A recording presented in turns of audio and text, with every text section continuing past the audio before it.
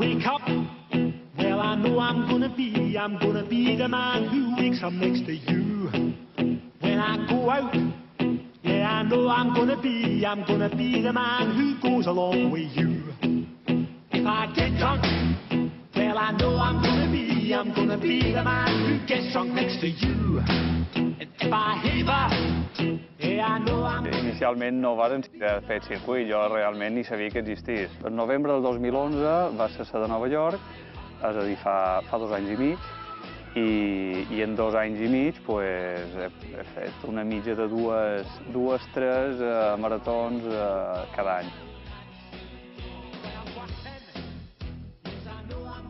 Això depèn de molt de factors, perquè totes són diferents i depèn de com te trobis tu aquest dia, pots fer una bona carrera o no. Bueno, Nova York té el hàndicap que has de cruzar bastant de ponts i els ponts pareixen plans però no ho són. Sí que hi ha un tramo difícil a la de Boston, hi ha un tramo que li diuen la rompecorazones, Breakheart Hill. I és una costa bastant pronunciada a la que molta de gent la fa caminant, perquè és vera que és molt dura. Però totes tenen alguna cosa que fa que no t'oblidis d'elles. Pensa que visites ciutats, un poc córrer entre els edificis més emblemàtics, fa que t'enduguis un record de cada una d'elles inolvidable.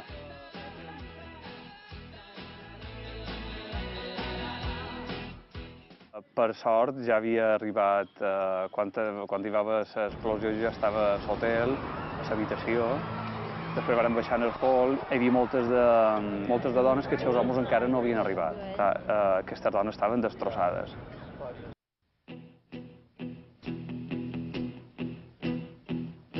Com que me vaig quedar a les portes dels 2:40, 20 segons a Chicago, doncs m'agradaria baixar als 2:40, aunque fossin 2:39, 59.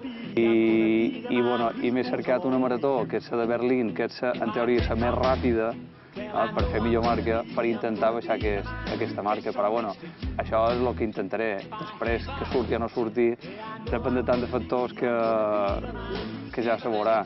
Però, bueno, és la idea.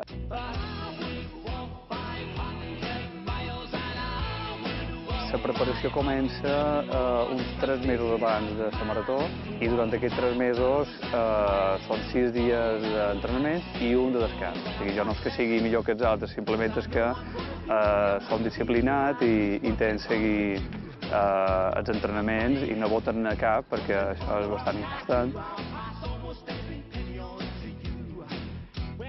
El dia abans de la marató fan una carrera benèfica de 5 quilòmetres. Després la cursa aquesta ens varen disfressar en la bandera mallorquina, anàvem tot el grup fent un poc de juerga i segur que van cridar l'atenció a uns periodistes de la televisió local de Tòquio. Tampoc sabíem molt bé quina gràcia hi feia seguir-nos a nosaltres, però després vam veure que era un reportatge que se diu Why You Come to Tokyo? Per què vas a Tòquio? I el més curiós és que qualcú, un mallorquí que està visquent a Tòquio temporalment, mos veig per la televisió, gravàs el programa i mos ho enviàs perquè nosaltres ho poguéssim veure. O sigui, va ser casualitat de la vida.